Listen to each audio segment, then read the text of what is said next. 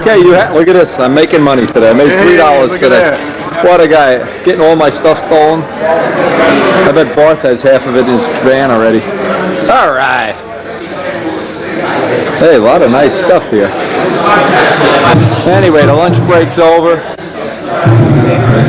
Number 10. Hey. From the other side. The Shoplifters of America convention over here. Yes, sir. You guys talk to him and I'll take the Shark 45 kit. You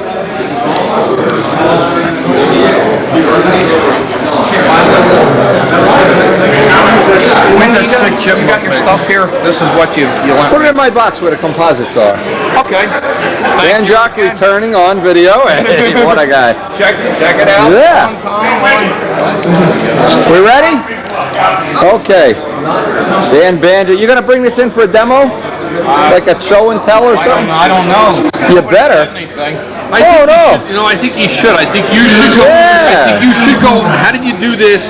Show and tell. And tell us how you carve these. No, this is great, man. This is what should be on video. This is great. If this doesn't get on, what does? You know? That's great. That's about the most Mustangy Mustang around, right? I think Palco's is a little nicer, but I'm prejudiced. Whose is lighter? The truth now. Come on. The heavy one will fly better. Yeah. Are you fomenting dissent in the city of brotherly love? Look, these guys argued with me for years. They all should have 40s. Now they all have 60s. Who won that argument? Who won that argument?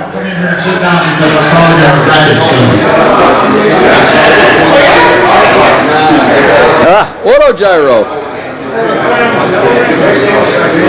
A broken prop on the Mustang. I don't want to miss anything here. Nice stuff, man. Thank you. I'm telling you, you're on the state of the art here, man. That's beautiful.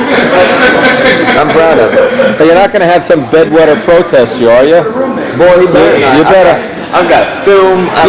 Take pictures because you got some real crybabies in this hobby, boy. All the video of you carving the tips. Take it, and bring it to the nets. You never know. God, if you fly good, they come to get you like hawks. All four, so I'm gonna. And I know you're gonna fly good. Dream schemes. Oh, look at this. Yeah, I'm thinking about paint schemes and stuff. I want to do it red, white, and blue.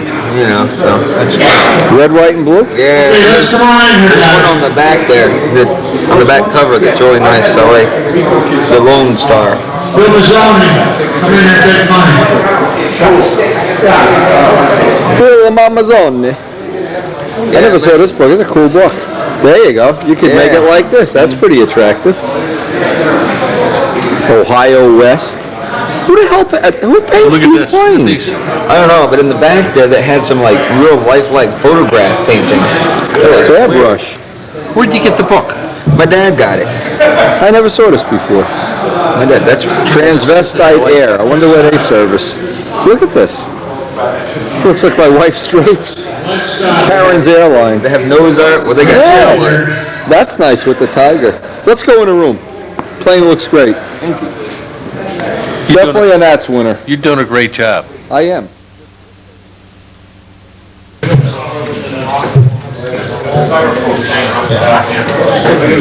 Listen, can we at least begin to lower things to a murmur rather than a roar?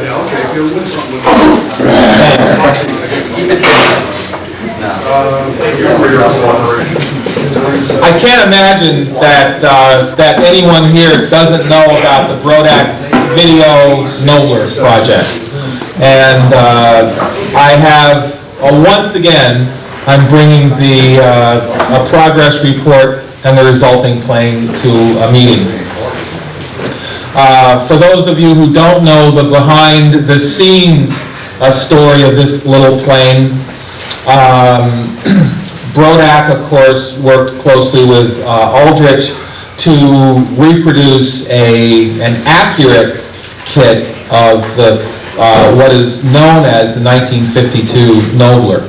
There are a lot of questions as to what was actually flown in 52, but this is the one that Aldrich claims was either that iteration or what came out of that design iteration. And he also says that this was his best flying plane.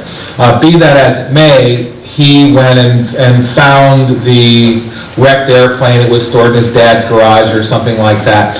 And they measured it up, did new plans, and Brodak started producing this as a kit. Windy had the idea, of course, the idea that he would do an instructional videotape on the construction of this. And I volunteered to, rather anxiously, to be the building stud for the thing. Well, the original idea was that we were going to knock this out in a week. We budgeted from 9 till 5 for 5 days. And the idea was to just zoom right through this, frame it up, you know, get the tape out, and then I'd have a plane to play with, or we all have a plane to play with for the next little while. What happened was, in actuality, we were delivered a kit. And then I looked at this and I said, well, gee whiz, Wendy had an idea that the plane was going to be something anyone could fly. And I said, well, I want one of these for myself. So I called John Brodak up and I said, well, I'm going to build this plane for your video. I'd like to have a kit for myself. So he says, no problem. He sends another kit. He also supplied us with one of his runs of special Hemi head Fox motors and wheels and this and that. So we had everything we needed plus 2 kits. As an experiment, I went home with both kits and a scale. You know, first I weighed both of the kits, recorded the weight on the boxes. Then I took everything out of each kit and weighed everything and put all the light parts in one pile.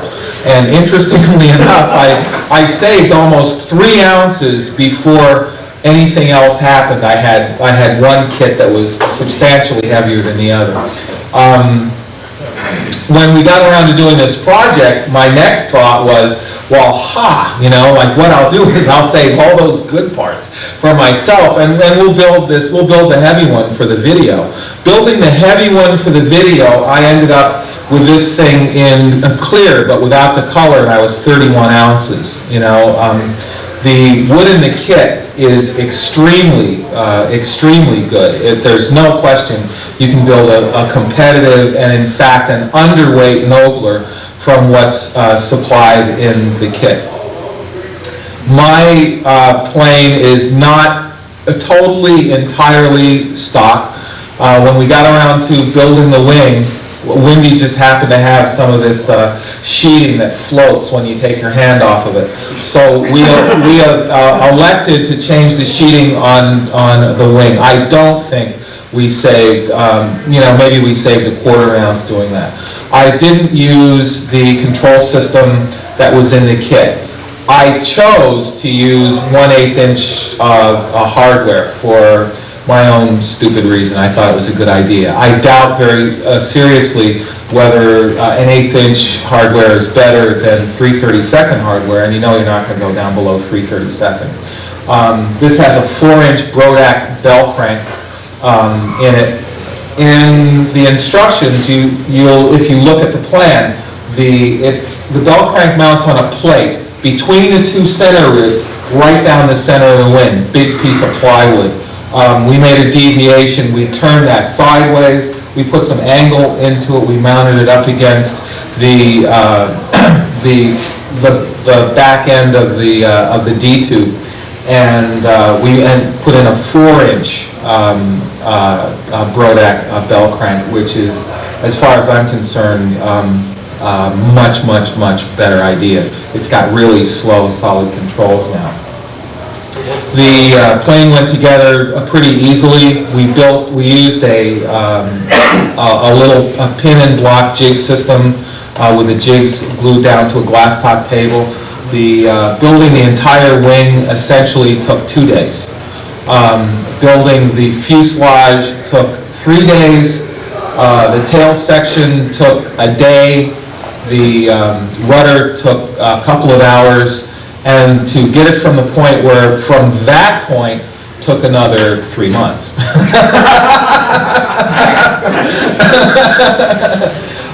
Why is that? Well, the real reason why that is, the reason why this isn't finished today, two things. One is, my goal was to have this done by now because I have 2 video commitments of my own to do, and I want to build something to fly in profile events this summer. But the main thing was that I think Wendy underestimated my building skills, and every little place along the way, the wood and the work was good enough that, you know, instead of doing it the fast way, we'd say, let's take the extra time to do this. Oh, let's take the extra time to do that. And by the time we had 3 of the structures done, we were so deeply into this that there was no sense just not going all of the extra miles and doing it right. I think probably the major deviation from kit that might interest you folks is this is the first of the fiberglass Nobler Cowls. Wendy and I formed up the usual cowl from multiple pieces of sheet wood and block, carved it, glass clothed it, all that stuff. I had it at the meeting. I dropped it a couple of times. It's pretty strong. But then I left all the assemblies in Wendy's workshop and went home, and I came back on Monday, and he says, oh, guess what? I made a fiberglass mold of this thing, and he tosses me a fiberglass cowl. The fiberglass cowl is a perfect fit. It's not just a good fit, it's a perfect fit. And it realistically, for Wendy, fine, it saves a day's work. For most of us, it saves about probably 2 or 3 days work, plus all the niggling and jiggling that it takes to get a cowl to fit really well. This one has a little bulge on it. I haven't gone through and cleaned up overspray areas and little paint drip areas and stuff. I just wanted to put this together so it looked like a real airplane. This stuff is SIG ply span, which is like a heavy Japanese tissue. I wanted to have open bays. I chose the yellow. It comes in white, yellow, blue, and red.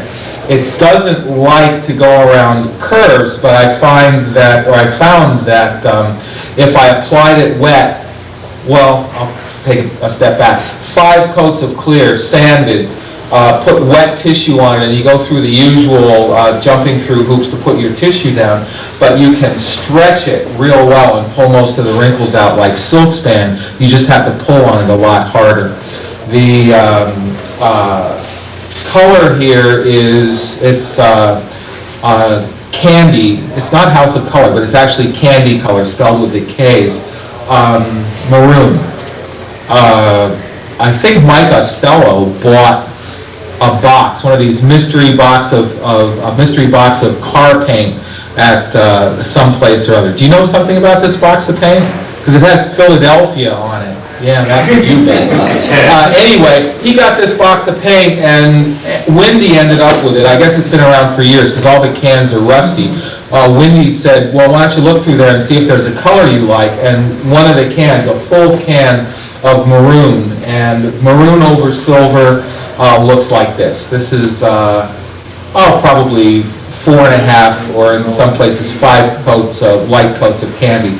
We sprayed it outside on a day when it actually snowed. we stopped spraying and decided there was enough paint on the plane because it started snowing. We had it pumped up to about 55 or 60 pounds through a touch-up gun. It goes on with some care, with alarming ease. And this, at this point, has probably 2 or 3 coats of clear on it. And the next 4 or 5 coats of clear, it really comes to life. You get this out in the sun, it's really gorgeous. But the more clear you pile on top of this, the more it smooths out, and the more magic the candy becomes. But just about everything about this plane and the construction of it and the ideas that went into it, and there were only very minor changes from plan are on the Brodak tapes, which you can get from Windy or you can order from Brodak. Yes? You said that the bell crank was in the middle on a block or whatever. The bell crank mounts on a plate in the traditional method. 52 plane, I mean, or did Brodak modify it as he went? As far as the, things like that. The plans that you get in that kit are signed off 100% by George Aldrich, and some of the things on them, as far as I'm concerned, don't even make sense. But it's the way he wanted to do it. This has Dubro small hinges in it. Aldrich, heard or saw the tape and saw we were using those. He had a problem with it. That's not the way a Nobler is supposed to be done. Well, that's the way I wanted to do mine. Some people there's a big movement back to cloth hinges now because they seal the hinge line. There's a very good argument for that, and I like the idea. But I didn't use cloth hinges. I did it, the mid-'80s traditional way of doing it. The bell crank mount, as I said, as it's specified on the plan, you drop a plywood plate down between the two center ribs in the wing. It butts up, if my memory serves me correctly, in the front, on the back, on the spar that makes up the D-tube, and it's not anchored to anything down here. It's just between these two balsa ribs. It didn't look right to me, and it's heavy. We took the thing, turned it sideways, put the angle in it so it matches this, drilled a bunch of holes in it, to lighten it up, and put a 4-inch bell crank in it. If I did it again, and I wasn't going to do it on videotape for someone's instructional video, I wouldn't do it that way at all. I would mount the thing on a pin, pro stunt style, put it, have it poking through the sheeting, and either brace it to the spar in some way, or better yet, just brace it to the fuselage and forget about it. George would have flipped if he saw that on video. Well, George can do anything he wants to. This is my plane. I mean, that's really what it comes down to. This one's mine. And when I don't know about you guys, but when I'm building a kit, I'll sit up with all the parts, but there are 50 minor, and most of them are infinitesimal changes that I'm going to make to a kit. And a kit is a good starting place. This one is set up so that it's possible to get the tank out. No one did that in the 50s and 60s. I know some people, a few people did that, but I had never heard of a removable tank until the 80s when I came back into the hobby. By moving the former that the gear mounts on just a tiny bit, it wasn't a 1/4 inch, I don't think, back. It was possible to slide the tank back enough that you can work it out. So when I put the tank in, I'm going to put it in with a little soldered on handle. So if necessary, I can get in there and move that tank around and service it if necessary. Doing that probably guarantees I'll never have to touch it. But I have a stock tank, and I have a tank that Big Jim built for me for another project years ago that I never used, so I'll probably put a Big Jim tank in it. I have 4 Fox engines. I'm going to pick out 1 or 2 good ones.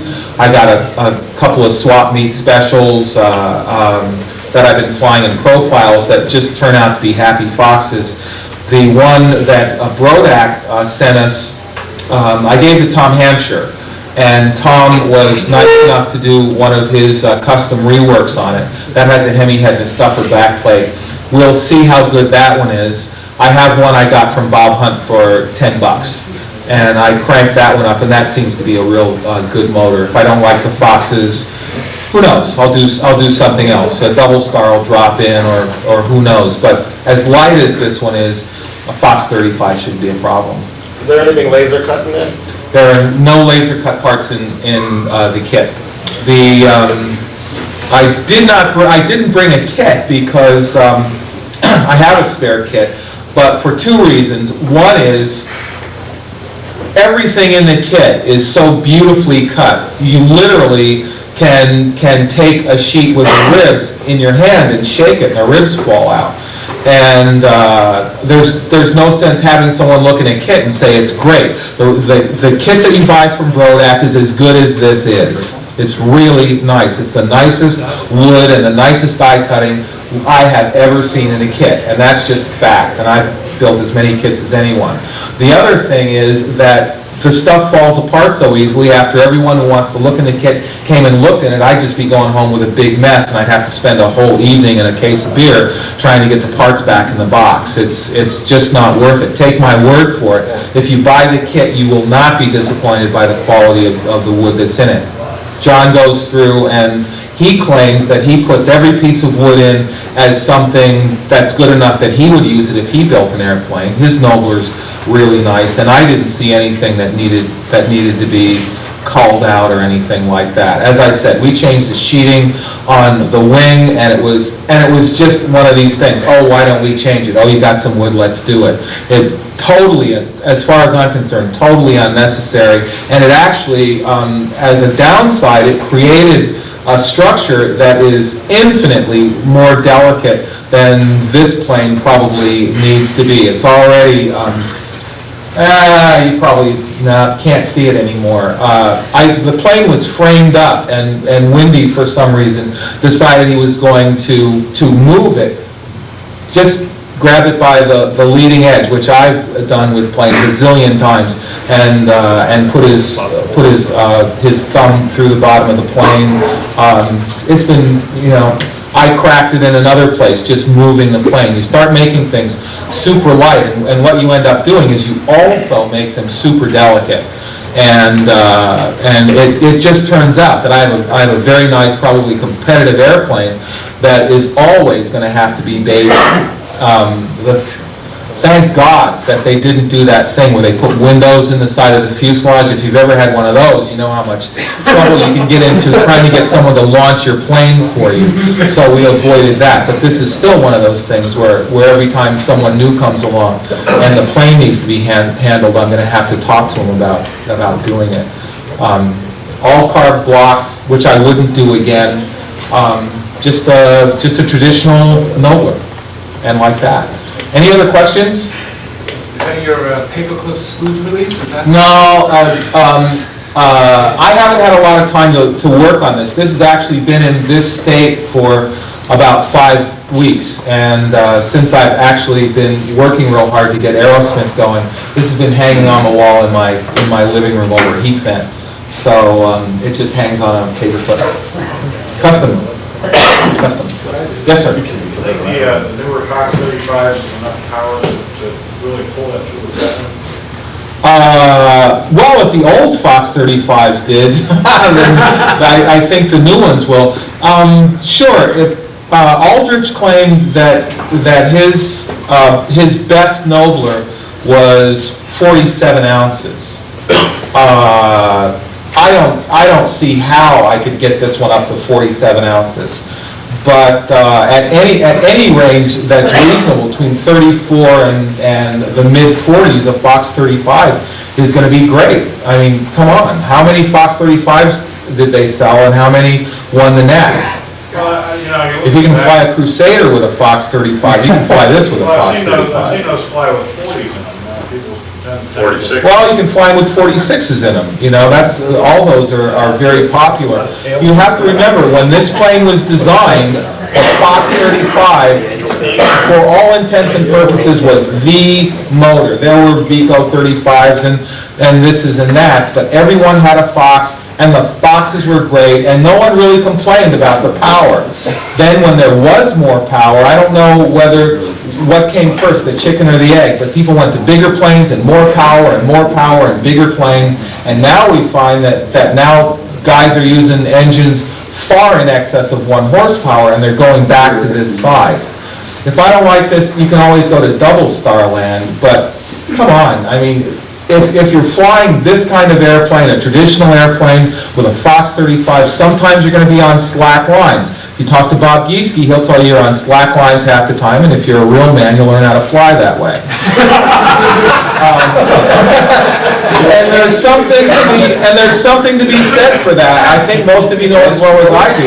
When the lines are slack, that doesn't mean you don't have control of what's going on, and you fly through those conditions. I've done it lots of times. You guys have done it lots of times, and that in this kind of thing is the name of the game. If you don't want to do that, you go to 60 and you have line tension most of the time. How long a line would you fly it on?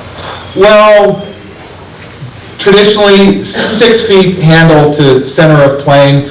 You really don't want to be more than a couple of feet beyond that. You don't want to be more than a few feet less than that. But what would you go, like 57s or 60 foot? I don't know. My bet is I'll end up between 58 and 60 feet. That should be just about right.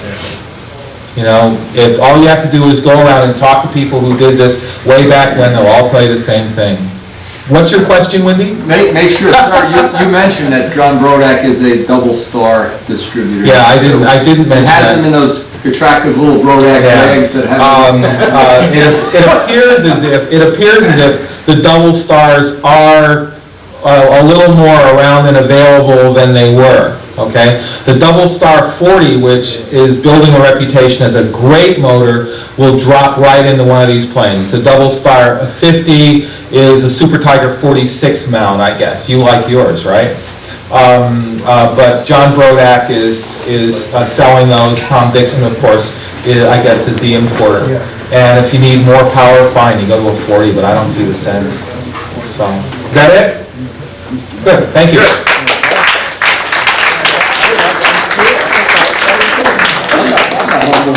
Stay out. Okay, Helen? Okay, I appreciate that. Also, on here is Kyle Freeman has a real nice looking fucker. Just go print that.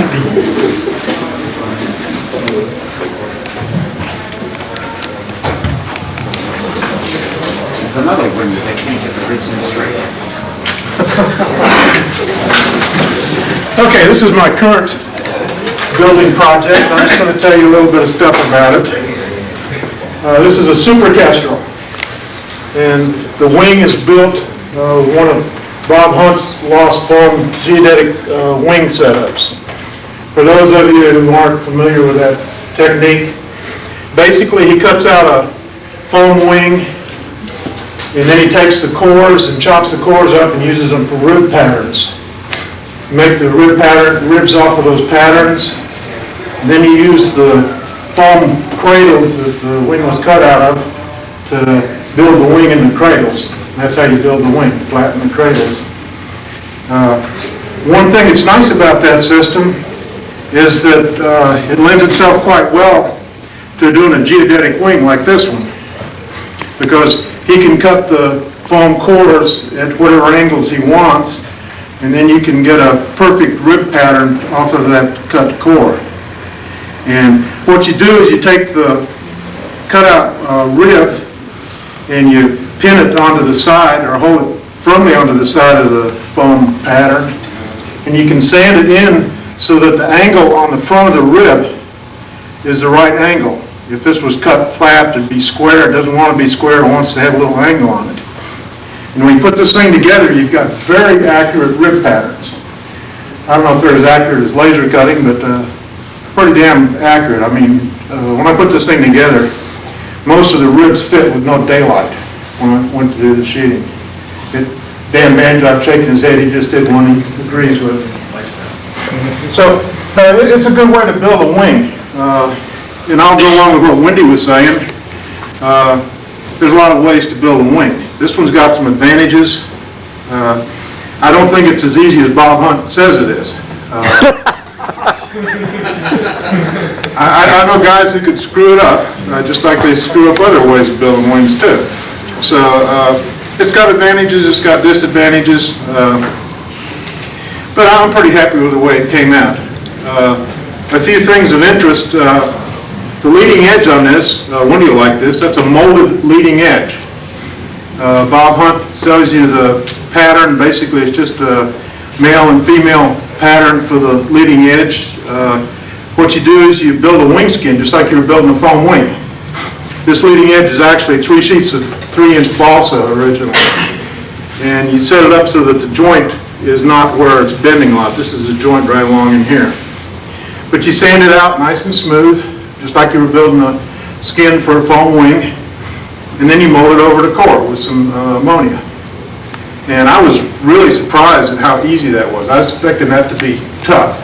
And that was a piece of cake. You know, that was like a few hours one evening and that was all done. So I was happy with that. There's nothing to it. A few other things that I do. I'm famous for using carbon fiber.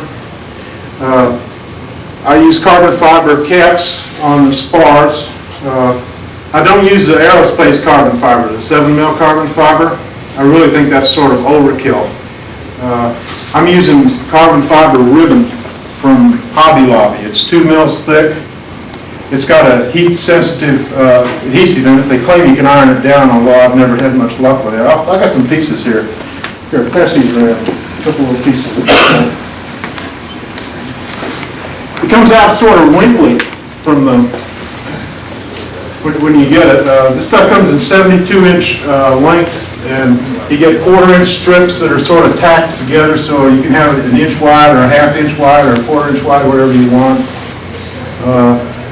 I find that if I take it and put it on a surface like a glass surface or something like that and just wipe it with lacquer thinner, it gets really flat, and then I laminate it in. For adhesive, I always do it with epoxy. I find that when I'm laminating things, if I try to go to faster adhesives, the faster the adhesive, the more things like to warp on me. So I go with slow adhesives when I'm laminating stuff. So it's got the carbon fiber there. Also, the spar webs for the trailing edge here, that's 16th balsa, and it also has carbon fiber mat laminated on the back of it. I got the grain growing the wrong way, but it doesn't really matter because of the mat. That gives it strength in both directions. Bob Hunt, for a wing this size, this is a 745-inch wing. For a wing this size, he goes to 75,000 balsa. I didn't really feel like going for 75,000 balsa, and I got so much 7-pound balsa around. I said, well, what if I build it out of 16th-inch 7-pound balsa? He said, that ought to work. So I did. So this is 16th-inch balsa. 16th-inch leading edge on the wing here. One good thing, though, there are half ribs here. On the wide bays, there's a couple of half ribs. So it's got a rib every 1.5 inches or so. And if I'm careful sanding it out, I won't get that starving horse look to the wing. That's yet to be seen. Control system, I build my own control systems. I'm still cutting them out of Delaware and Windy. My bell crank's got ball bearings in it. And also, I'm using carbon fiber push rod. This is a aerospace carbon fiber push rod. It's a little smaller, it's a little lighter, and it's quite a bit stronger than your standard aero shaft. And I use ball links on there. I haven't had a problem with ball links. I don't expect to have a problem with ball links. I think that the hardest thing about doing a ball link control system like this is figuring out how to put a threaded end on a carbon fiber push rod. And that takes a little doing. I'll talk a little bit about that when I talk about the elevator. But that's basically the wing here. 745 inches. It's 9.5 ounces as it sits with the glass sheeting and stuff. 1/2 ounce of that is tip weight. The inboard tip is a 1/4 ounce. The outboard tip is 1 ounce. And I build my tip boxes a little different than other people. I do a lot of things a little different, I guess. What I do for a tip box, I know I didn't screw, if you look at this, you'll see a little square of balsa here. No, I didn't screw up. No, I didn't put it on the wrong side. I did that deliberately. What I do is I cut a hole through the block after I carve out the outside dimensions of the tip. Cut a hole through the block, and I sand it square. Get a real nice square hole in there. I'll take a 1-inch steel machinist rule, glue some sandpaper on the back of it, and sand it square. Then I take 16th-inch plywood, and I make a little box inside it. Glue it to the inside of that. I glue an 1/8" ply piece on the bottom. I make a little 1/8" ply piece to the top. Then I cut a little block to go on the top and the bottom. And there's my tip weight box. And I left the front of this thing solid. This is all solid balsa up here. This is why it weighs more. But that's where you want the tip weight anyway. It doesn't matter whether it's lead or balsa. 1/2 ounce is a 1/2 ounce. All right? Any questions on wing? Wendy? Years ago, 4 or 5 years ago, Midgley made a couple of wings with molded leading edges. And one of the ways, if you want to do it in a traditional way like a Nobler, you can either use an old Nobler wing for a mold, Yeah. and a better way to do the sheeting even, and I'm surprised you didn't do it on this, is take 2 pieces of 32nd balsa and stagger the joints. Now when you mold them both at the same time, then glue them. You could. And you know what I'm saying is then you would have 60 thousandths with no joint at all, or hopefully less of a joint. Yeah. Well, Maybe worth considering, I don't know. this works fine. You can't feel the Yeah, joint. Dave's leading edge, by the way, never had a starving horse look. That was one of the nice things about it. Okay.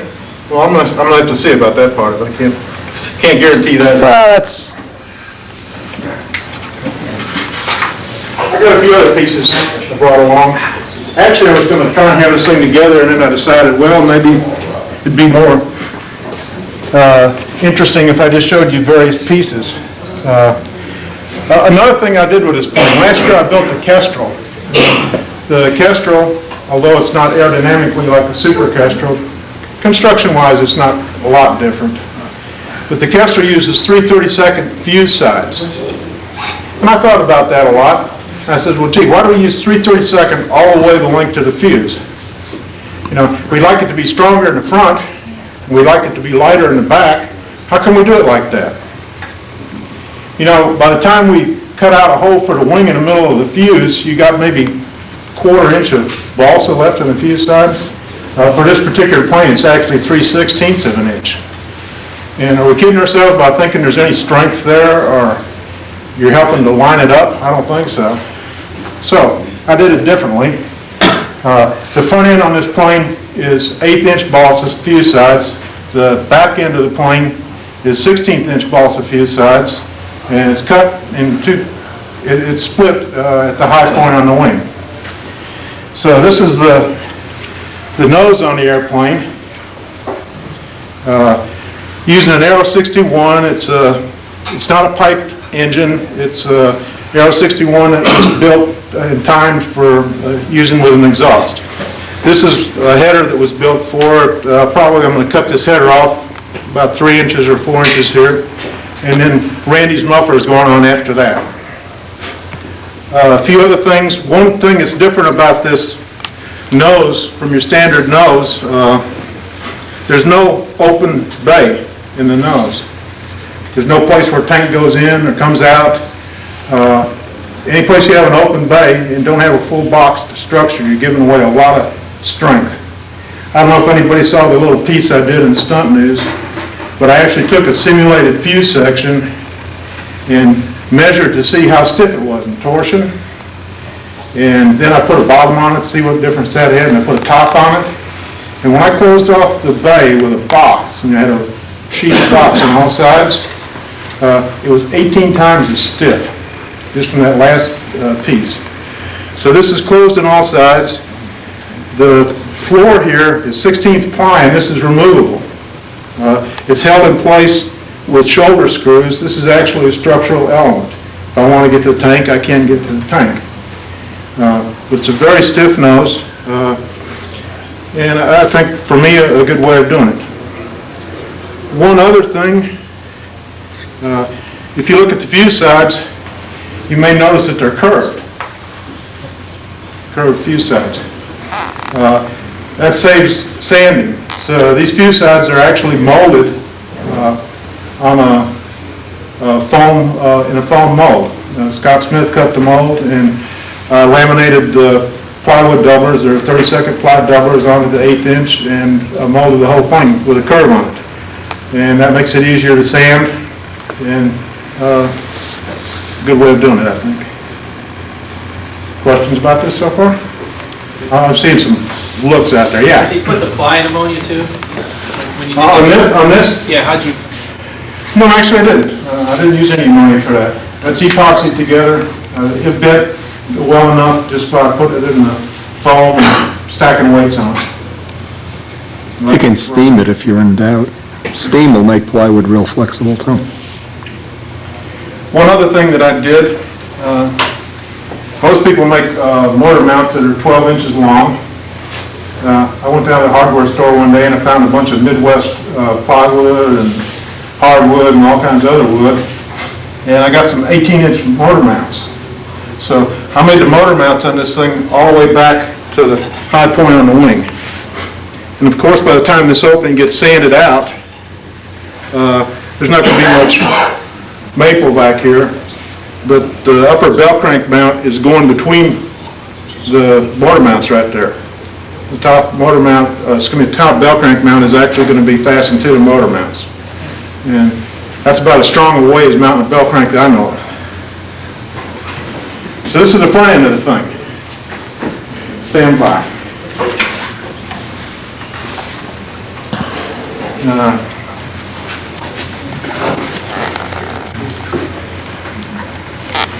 This is what the back of the fuselage looks like. This is 16-inch balsa. It's laminated with carbon fiber on the inside. All the sheets have got carbon fiber laminated to them. There's a lot of formers in there. Basically, the formers are there so that I don't get the starving horse look when I start sanding on this thing. I got a former like every half of an inch. When I've finished building it, there's going to be another sheet on top of this. So the whole thing is going to be a box structure, a fully boxed structure all the way back in the tail. Yes, sir? What did you use to laminate the carbon veil on there? I use Smooth and Easy. You wouldn't dope it in that. Some people dope it on the outside of the plane. That's a way of doing it. And a lot of people are doing it that way. I learned this technique from Vic Macaluso, and I think it was in Stunt News a year or so ago. But it works quite well for me. And when I laminate balsa like this with a carbon fiber mat, if I take a piece of balsa that's like 5-pound balsa, I'm talking about 8-ounce balsa, 8-inch balsa here.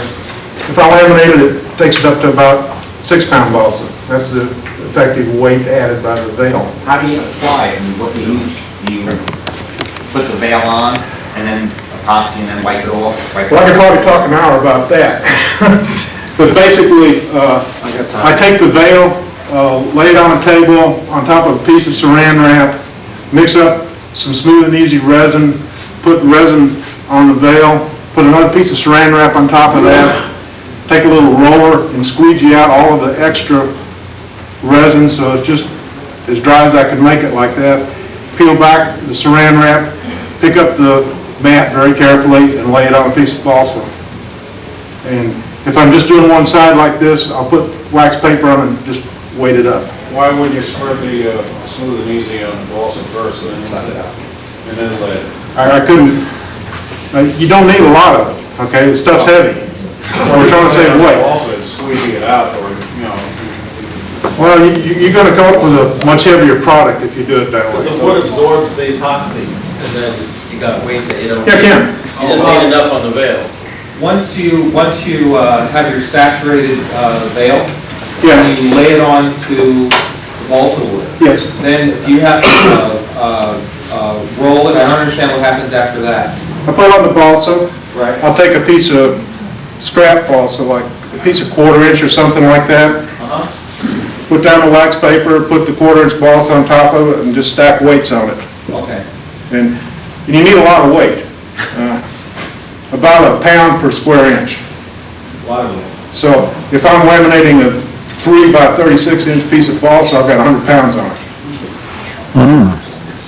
Yeah. Well, two things.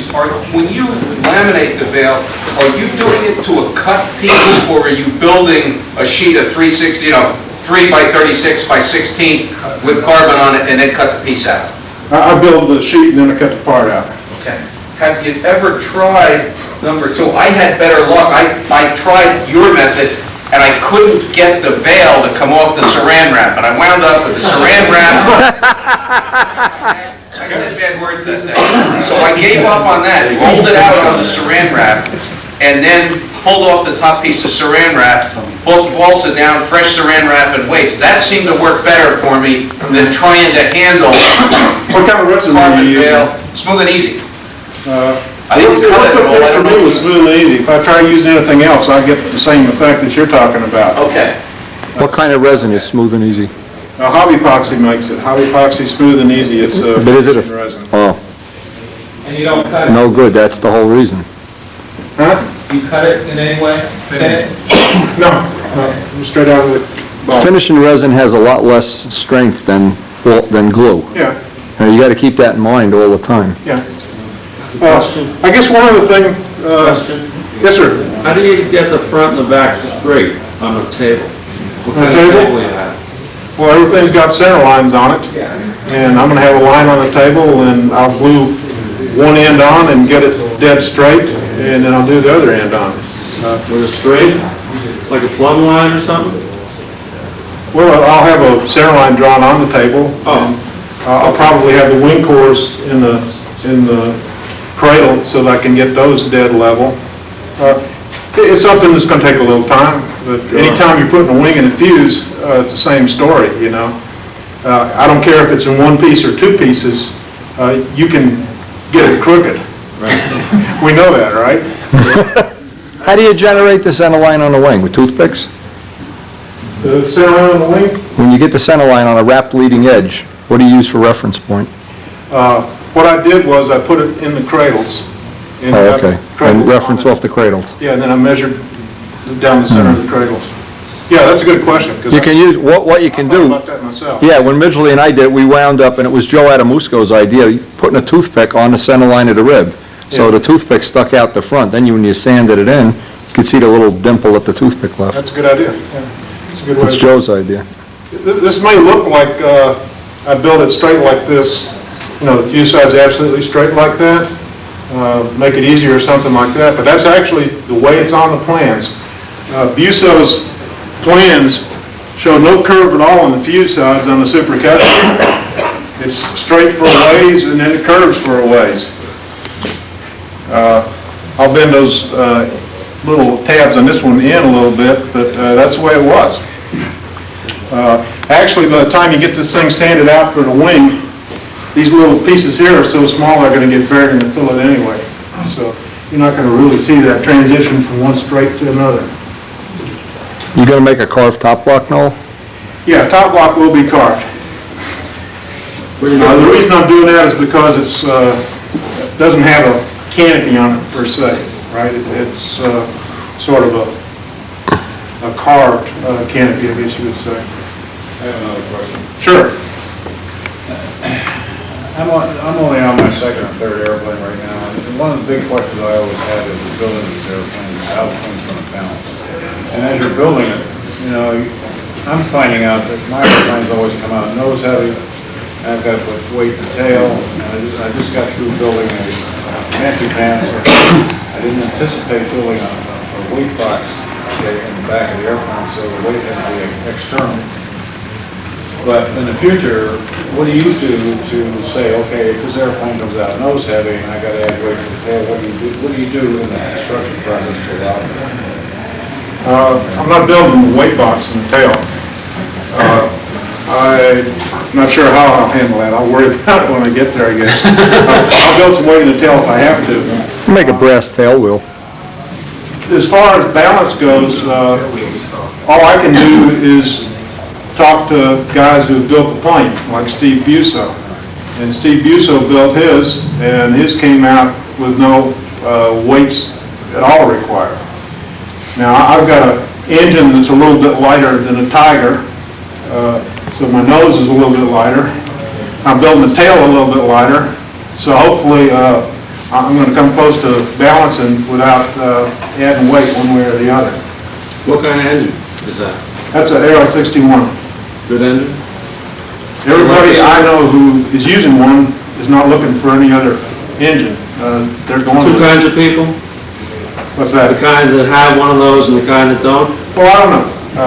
It's not a... let me say again. Let me say again, it's not a pipe engine. This engine is timed and set up for use with a muffler. I don't even want to talk about it. The 2-4 brake. Any time an engine. No, I don't think I'm not going to talk about that because I'm not an expert on that at all. I'm not an engine guy. I buy them and I run them. I let Randy do that kind of stuff. No. Yes, sir. Why did you opt to use, you bought one of those, you opted a muffler instead of a pipe? Yeah. How come? Just curious. Because of the shape of the Well, fuselage or? I don't want to start a big controversy here. Okay?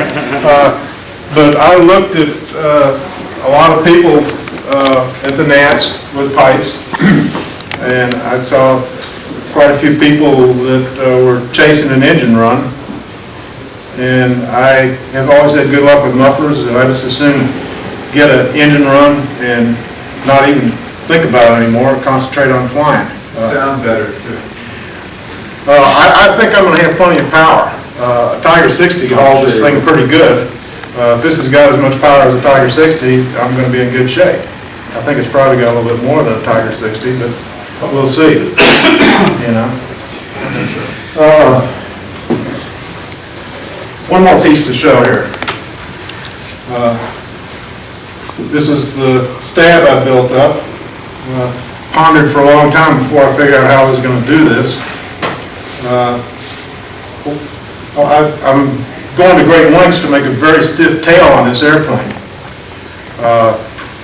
The fuselage at the back of this plane is going to be extremely stiff. So I wanted a stiff stab as well. I didn't want a flexible flyer. So what I did was I built up the back end of the stab here, which is essentially like a spar. And it's 3/8" balsa, piece of soft 3/8" balsa. And on both sides of that I have carbon fiber ribbon laminated. And then I put an 1/8" cap on both sides of that, so the spar here is like a sandwich. 3/8" balsa, then carbon fiber ribbon on both sides, and then balsa on top of that. And it's pretty stiff. If someone wants to come up and try it later, you can be my guest. I'm pretty happy with the way it came out. This is solid balsa in the middle. Where I'm gluing it all together, I want something really solid to glue onto, so I left it solid. And didn't pay too much of a weight penalty. As far as building this thing, what I did was, you may be able to see I got a piece of plywood in the middle. It's a plywood pattern. I glued little plywood patterns on the tip, and then I built the structure oversized and just sanded it all down using those templates. It came out pretty good. It's about 1 ounce. Is that a molded leading edge or molded leading edge or No, it's just a solid ball. solid balls? Yeah, but it came out at 1 ounce, and it's pretty stiff, I think, and I'm happy with it. Let's see. I said I was going to talk about this a little bit more. This is the push rod I'm using. I'll pass it around. You guys can take a look at it. It's got ball links on the end of it. I'm using Rocket City's number 57 extra heavy duty ball link, which is rated at 45-pound pull. I don't have any qualms at all about using ball links. I've got a stunt wagon at home that I crashed with the 440 ball links in it, and what's left of the stunt wagon is a wing and a stab.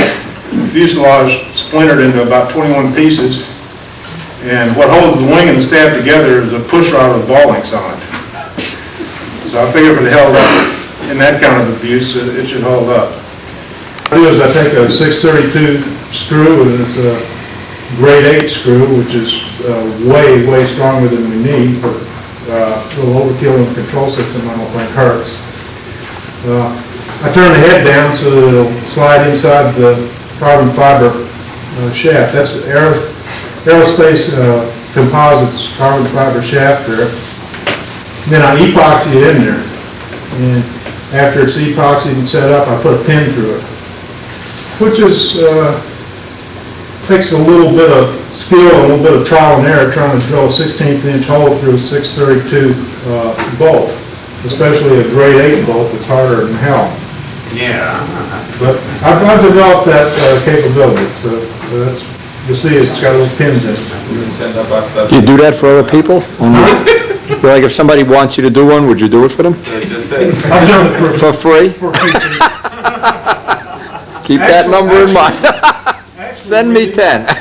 Actually, Wendy, you flew an airplane that's got those in it. Yeah, I know. Aaron Steen's Yeah, it's, Nova.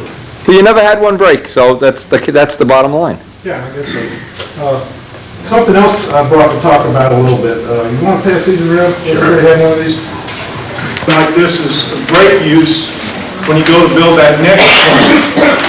And you can look at it and see, well, where's the weight in that thing and how can I make a lighter airplane without giving anything away. And when I did this, one thing that I knew pretty well, or I could estimate, any of the weights that are in parentheses, by the way, are estimated weights. When I first did this, I knew all the bolt-on items right away, or fairly early on. So I listed all of those, and I got sort of sticker shock. This is my first 60s plane.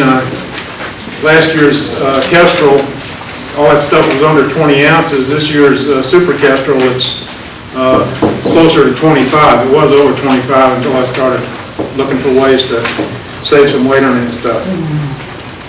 But I think it's very useful to keep track of this. It's a little work weighing stuff and writing it down as you go along. But like I say, it helps to keep the weight under control. And it's really useful down the road when you go to build the next plane and try and figure out why last year's plane was so damn heavy. You got it there in black and white. If you put a 12-ounce finish on the plane, that's it. You put a 12-ounce finish on the plane. You know, that's a place to work on. But I think it's very useful to do something like this. Originally, I think I tried doing one of these up to be a generic weight tally sheet, and I found out that was hopeless. Unless you build a plane exactly the way it's on the weight tally sheet, the sheet's no good. You know, if you're using a foam, this sheet's no good. If you build a fuselage in one piece, not building two pieces, this is no good. If you're finishing the wing before you put it in the fuselage, you got to have a different sheet. So really, this is sort of a sheet that gets customized to one particular airplane. But still, it's very useful to tell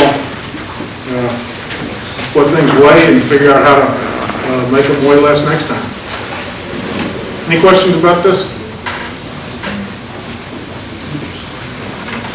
Well, that's just for information. I'll pass those around. Like I say, it's a work in progress, so not all the blanks are filled in. But like I say, the wing is like 9.5 ounces, 9.62, and half an ounce of that is tip weight. So effectively, it's a 745-inch wing that's weighing about 9 ounces. I think that's kind of weights that Wendy comes up with when he builds his wing. Yours are about 12 when you put the flaps on, right? That's probably what this is going to be, about 12 with the flaps.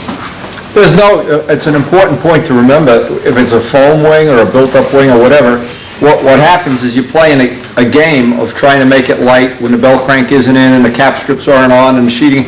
And what you really want to wind up with, what I find is important, is when the wing is in silver, or if you don't finish, when the wing is ready to put in the body. Yeah. And if you start weighing each rib and each cap strip, you get all kind of distortions in that. It's like trying to be on a diet the day before you had pizza the day after. And do you get a haircut? Did you get lighter? And, you know.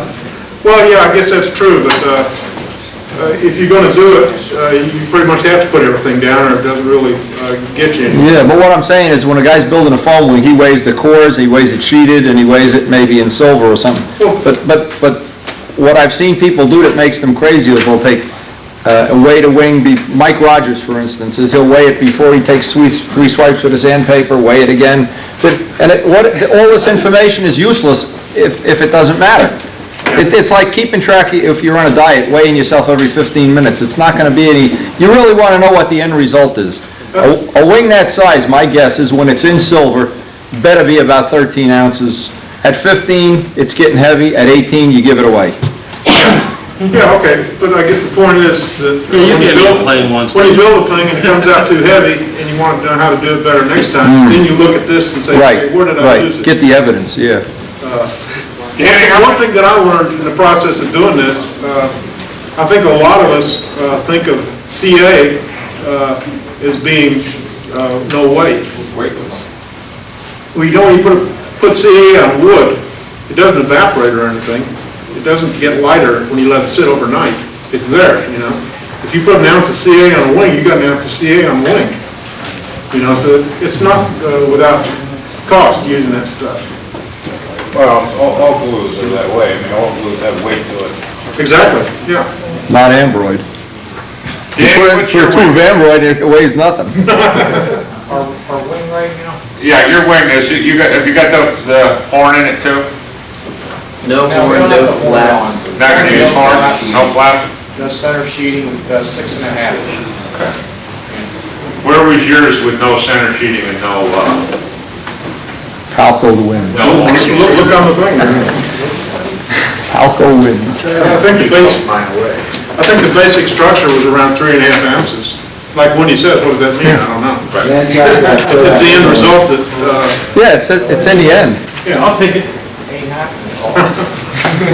No, what really happens is people call me, and I guess they call you too, and they say, I got the lightest wing I ever made. Oh, it's only 6.5 ounces. Oh, that's pretty good. And then they say, well, what does that include? Oh, the belt crank? No. The flaps? No. The hinges? No. And all of a sudden, they're only weighing the wing spar and 4 ribs, you know? But one place I give a little weight away is in the control system, because I don't really try and save weight in the control system. Yeah, that's a bad place to save weight. My belt crank with the wire and stuff comes out a little over an ounce, you know, and I know that Dan Winship is building belt cranks that weigh like 7 grams without the wire or something like that. They're like feathers. But, I guess I just don't worry about it that much in the control system. Well, let me tell you something. When you said 7 grams, my belt crank weighs 12. Yeah. What we did when we made the mold, since I was investing $5,200 in a mold, I wanted to make sure I wasn't going to have to go back and retool it. And what we did is we hung a Chevy V8 over the weekend to see if it would distort. It had no distortion. So we went ahead and made the mold. But here's the whole point. You can take a belt crank like I have and cut it in half, and it'll be 6 grams, and you will still not break it. But what you lose is bearing surface area. And if you start making where the lead outs come through, a 1/16 of an inch, and where the push rod rides through, what you really lose, you're never going to break the belt crank. You lose that bearing area, and then you start to get like old Vico controls where everything wears out in 100 flights. So it's a significant thing to, if it's 7 grams, that's good, as long as it doesn't wear out. And then when you put bushings in it, it's even worse, because now you have moving parts that vibrate and loosen up, and the worst is ball bearings. Just kidding.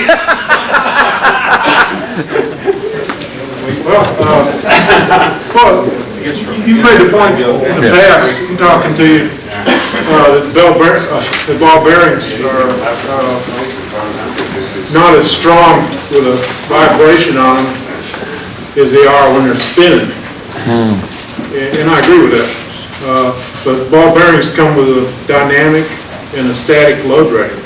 So what you do when you're picking ball bearings to go in a belt crank is you use the static load rating, which is less than the dynamic load rating. Harold Price is old. We just did it for Bill Hummel. His old Crusader has 6 or 7. You got to look at the plans. I even put it on the video. But he had ball bearing all his controls, and what he found out was they didn't wear out. They vibrated to death.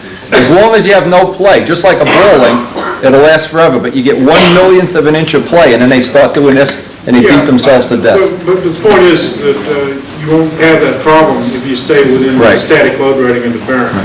If you exceed the static load rating, then you would expect. Then you got a problem. So where do you get that kind of static information is when we're kind of lost. Ask Noel. Where are you getting that information? Buy it from Winship or What's that? Did I miss that in school or something? Static load rating and dynamic load rating? Yeah.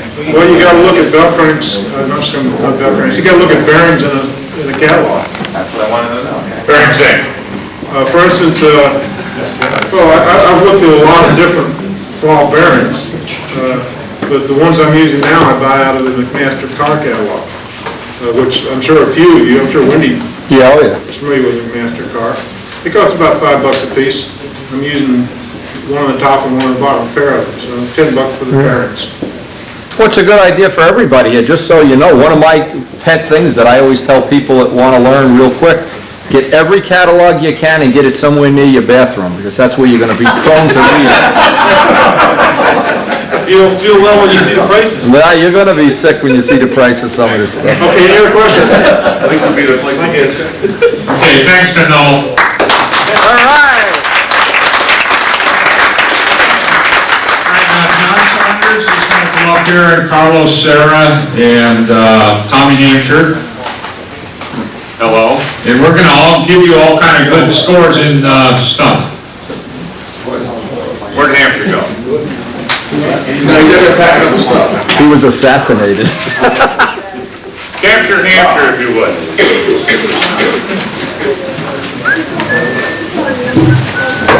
I always found it.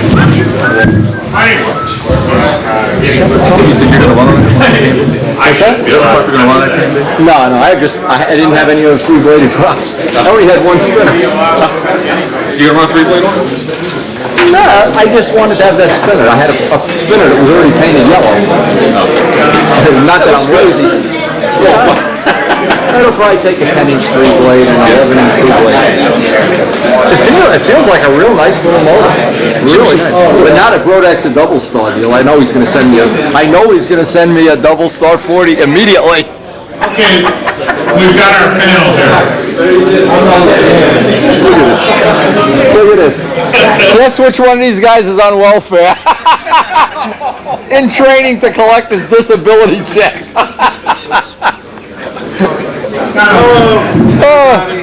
Yeah, the foam wing business is tough, huh? Staying awake while Dial Kyle paints the ceiling. Okay. What we have here, Tom Saunders, every time I saw him, he was judging. Hampshire also.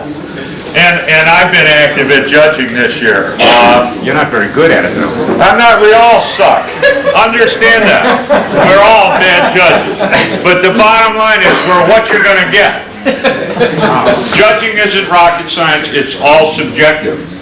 But I think what I've done here is ask these guys, and we're going to go through, by skill level, the 5 most frequent mistakes that we find you making at that skill level, at the beginner skill level, with a very few exceptions, is different mistakes than the experts make.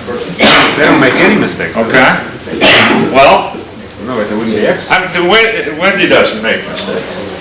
Carlos, why don't you start off with beginner? Well, first, let me take the look you placed on me to get me here. Second, the fact that we are here today exempts us from judging this year. Absolutely. Yes. Carlos is our man, John. Okay. That's how we think. Now,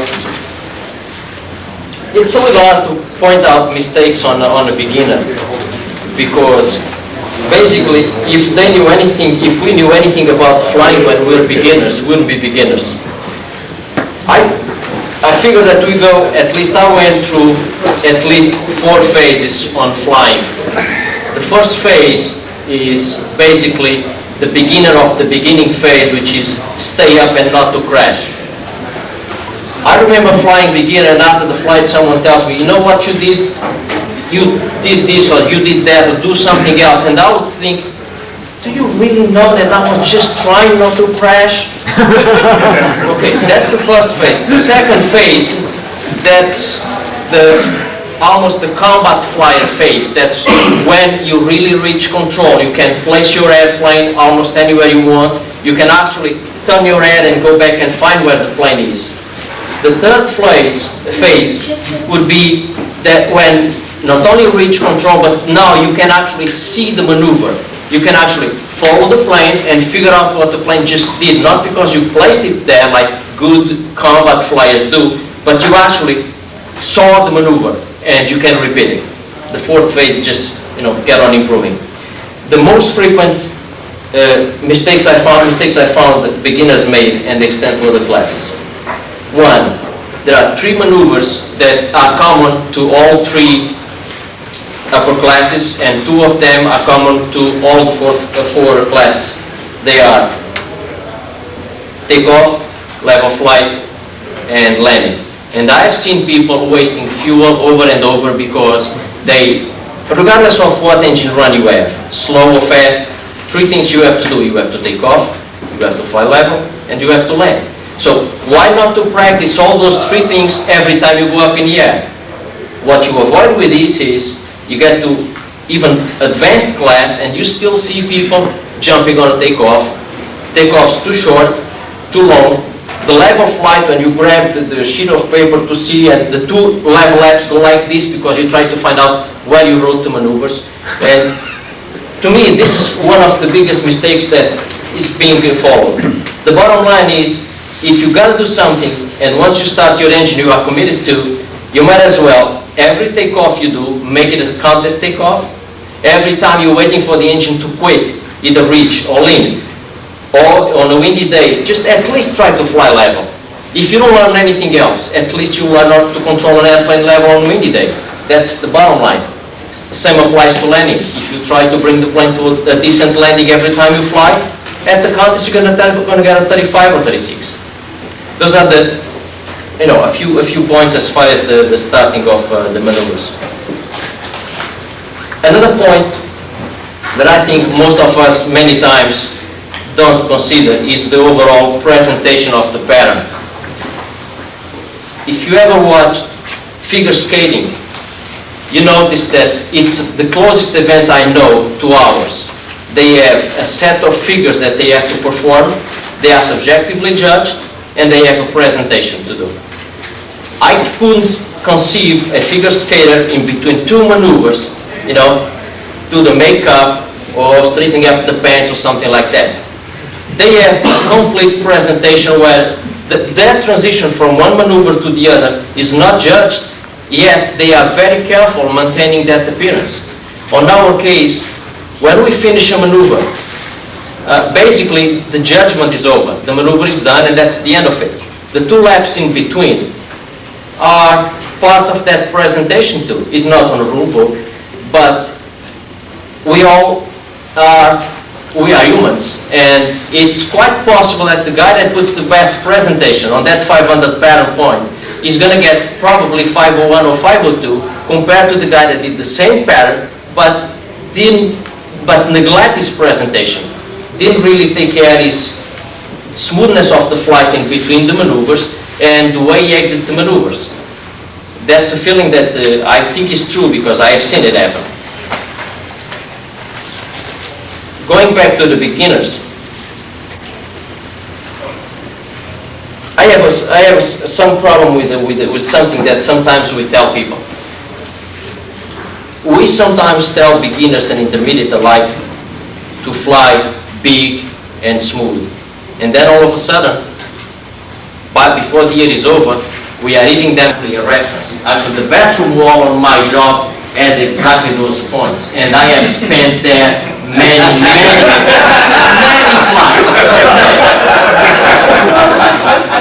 You tell my boss and I'll judge you. I'm calling your boss. We're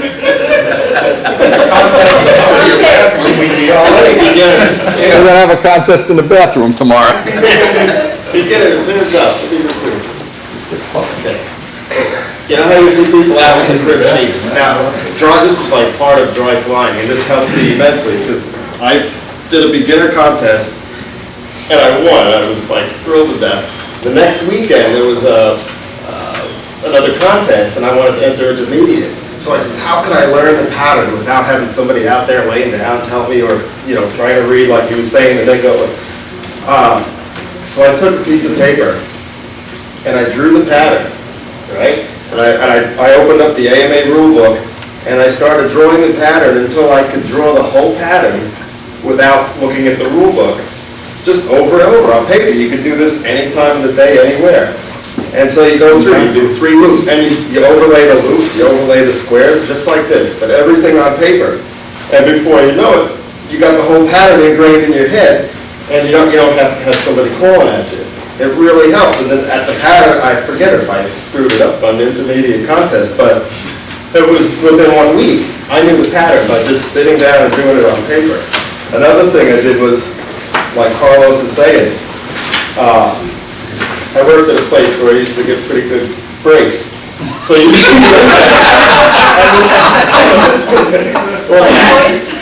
but if somebody walked in the bathroom, they would think I was losing my mind. I don't know if you've ever seen a full-scale aerobatic pilot, but I think it was Wagstaff, I seen her, and she's like this, and she's going through the whole thing, right?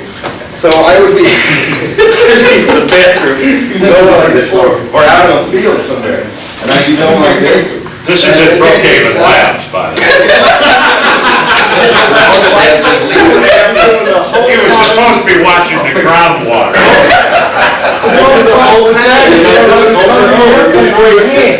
There was no denying that it helped me. Now, let me just tell you, I want to mention, I want to add something to what Rich said about judging. I don't know if you noticed, but most of the time, I don't sit down when I judge, because I think the guy that's there flying deserves all my attention, and if he brings the maneuver, I want to be able to, run a little bit and get exactly in front of the maneuver he's putting. But please, I haven't run 100 meters in less than 5 minutes lately. Don't give me a couple laps. If you decide to, I'm waiting for your wing over. I'm waiting here because you told you're going to do it. Now you put the wing over there, what you expect me to do? I run there, by the time I get there, you're on the other side already.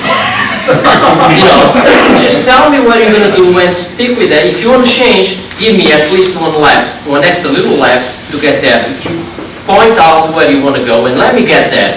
Don't just say, there, that's it. We don't have that ability. As much as we try to follow your maneuver, sometimes it's quite difficult. I've seen that on the intermediate, quite frequently, Rich knows that. Tom, anything else intermediate? John? Yeah, by the time, oh, go ahead, John, sorry. I'm just going to come back to you. I have some specifics I pick out that are consistent in intermediate fly, consistently off the deck, off of a cement pad, onto grass that may not be perfectly level, to hold the airplane there and bring it up to level in 1 lap. That's a very difficult maneuver. But like Carlos went back to when we were beginners, nobody practices it. Everybody just takes off, gets the airplane in the air, and it's an important part of the maneuver. You can get easy points on level flight just by that takeoff. You're going to get easy points if you do it consistent every time. And make it easy on yourself, practice it all the time. No specific order here. The wing over is important. I see a lot of guys pressing on their wing overs, intermediate. They try to bang that outside corner, they'll pop that thing up. They come up over the top, nice and clean, and they try to nail that wing over every time. And then they result with this. Forget it. You just lost a lot of points, bottom of the bottom of that wing over. Try to make them consistent. Make the turn smooth, crisp. Don't worry about 4.5 foot level when you're an intermediate. You got to do a little higher, fine, do a little higher, but make a good turn. Freeze the airplane there. Bring it around. 180 degrees. A lot of guys I see are a little bit short, 20 feet short. They come around here, they come around to right about here, and they come up. They don't come that full 180 degrees back to where they started. That's on the wing over. That's very consistent on intermediate flyers. You just miss certain parts of it. You can do this in your bathroom, by the way. Yeah, a lot of bathroom flyers.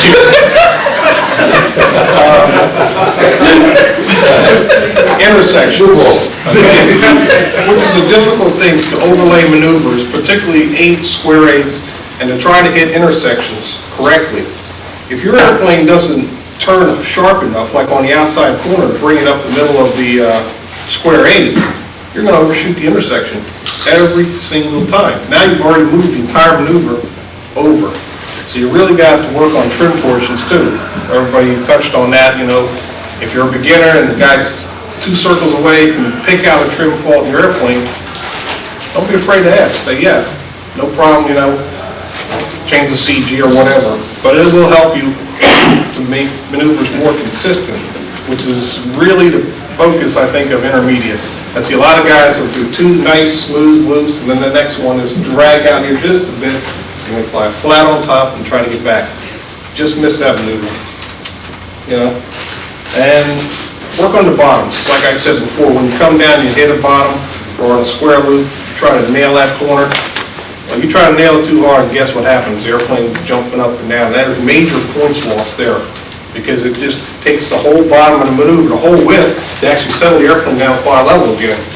You ruin the corner, you ruin the bottom, you actually ruin the whole maneuver. So fly consistent. Don't try to really nail those corners.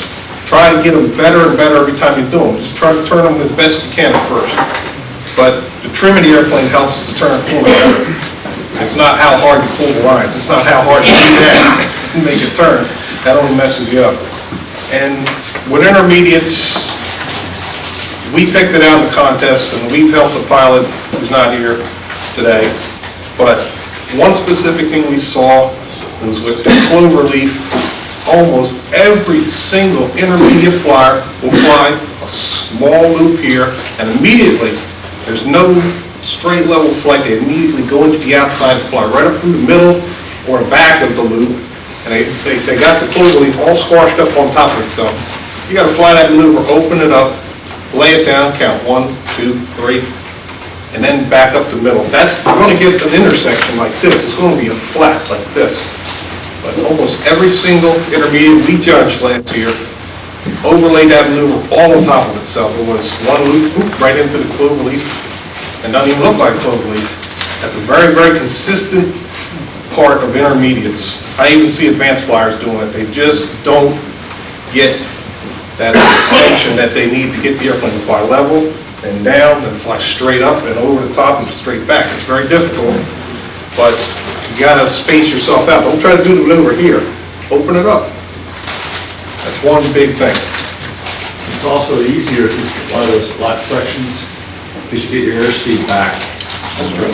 But it is hard to judge how far you have to fly flat. Go farther. Yeah. You see stay in the bathroom longer. To bring yourself back through the knot than it is to, you can't make it up once you've committed. You can't over the loop up and come back to the middle and overfly it. You can't over tighten it and come back to something you have to add. Yeah, that's the biggest thing that's gonna start to happen in intermediate is lead out travel and slow controls. Go up and wiggle the lead outs on Wendy's the profile Cardinal there. You're gonna find out, some of you have already built airplanes where you wiggle the lead outs a ½ an inch and the surfaces are banging back and forth to 45 degrees. That's a death sentence. That means that you can't do what Jimmy just suggested. You can't start a loop that's a little tight and just vernier it. Just take a little bit out and open it up. Once you have those quick controls, you're reduced to yank and hope. And once you start the maneuver, you can't control the shape. Rudy, I see you nodding your head, yes. Somebody, Wendy or somebody collared you and said, slow controls, and it works. I almost killed him. Did you get his attention? Yeah. Oh, well, that's why you need a 2x4 with some, what the... The one thing that I've seen, I agree with everything that Carlos and John and Rich said, but there's no sense in repeating it. One thing that I see that intermediate flyers have difficulty with is and Steve Dinnerman, not to pick on you, Steve, but I remember you doing this, and I said it to you, I gave you, and you can see the look of discovery. Eureka! That's how it works. This particular problem is what I call walking loops, okay? You'll have a guy who's flying along, and he does a first inside, and then he does the second, and then he does the third, okay? There's 4 criteria that a judge looks at for every maneuver: shape, size, placement, and overlay. Shape, is it round? Placement, 4.5 foot bottom, 45 top, doesn't matter about the length of the lines. Placement, same thing, or pardon me, overlay, that they all lay over one another, okay? And placement were they at shape, size? Were they at 4.5 foot bottom, 45 top? And placement, were they correctly placed on the hemisphere? That is, were they 45 degrees high? Were they too high or too low? That's placement. Size is, were they correctly placed on the hemisphere? When you have an overlay problem, you do it first inside, and it comes around, and now the bottom of the loop is here because it wasn't shaped right. It was taller than it was wide. Particularly prevalent on a windy day, pardon me, windy, but when the wind is blowing, what happens in the top half of the loop? I'm flying it inside right here. The wind is at my back. Guess what? The wind just helped my up elevator along a little bit, okay? Made the top of that loop tend to be a little tighter than I'm used to from practicing on calm days, so I just drew a loop that isn't round.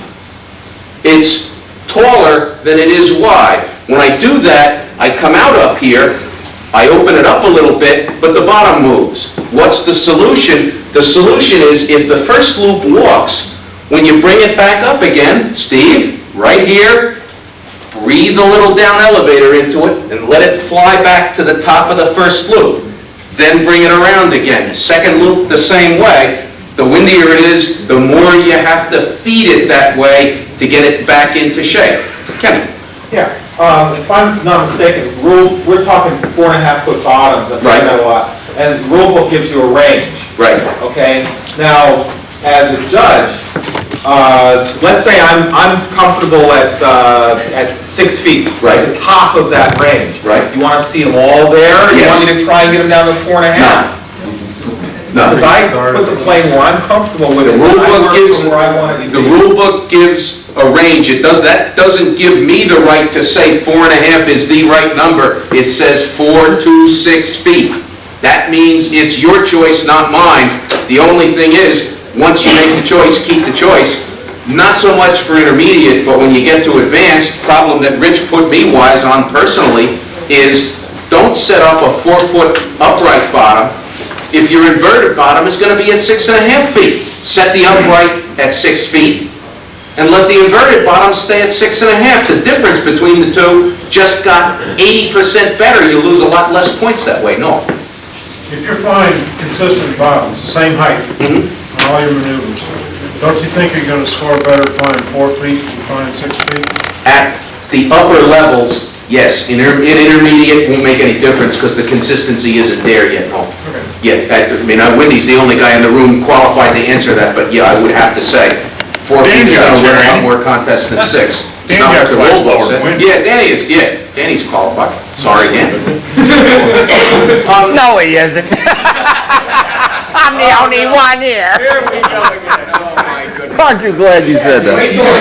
Guys, one last thing that will help you tremendously as intermediates or in any class, and I'm going to pick on Doug a little bit. Doug, my old buddy, I made him judge old-time stunt phase 2 years ago.